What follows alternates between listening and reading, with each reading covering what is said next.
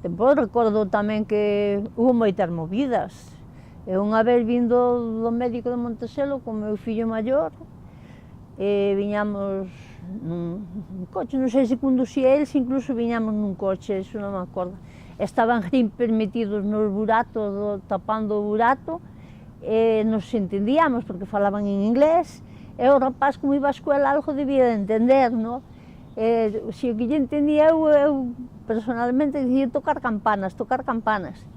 Viñemos, o rapaz ala foi, non sei, con outros, empezaron a tocar as campanas, tocaron a todo, menos o que tiñan que tocar, pero a xente acudeu a xente mal, pero depois mallábanos a policía, xa empezaba, botábanos fora, arrastaban neles ali de mala maneira, é así.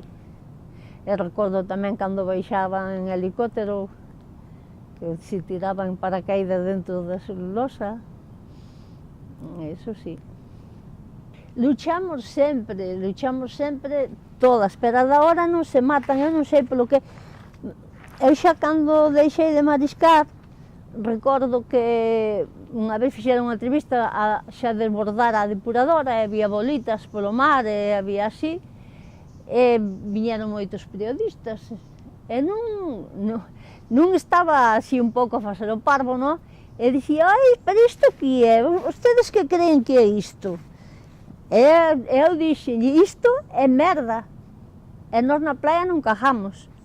E mi má botáronse todas a min, porque dicía iso na tele.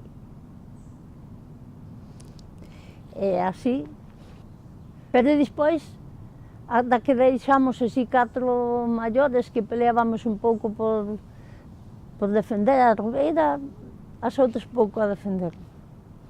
Nós incluso lle levamos a basura á xunta, botámoslle ali na porta, e todo, bueno, facíamos algunha movida así. A depuradora, pola contaminación, agora din que a van a poñer ben, ou que xa está ben, pero ben de todo non creo que estea.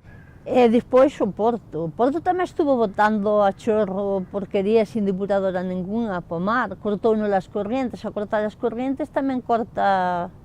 Agora o esterco non marcha, antes entraba o esterco así como entraba, marchaba o bocho, as algas, ou como lle queran chamar.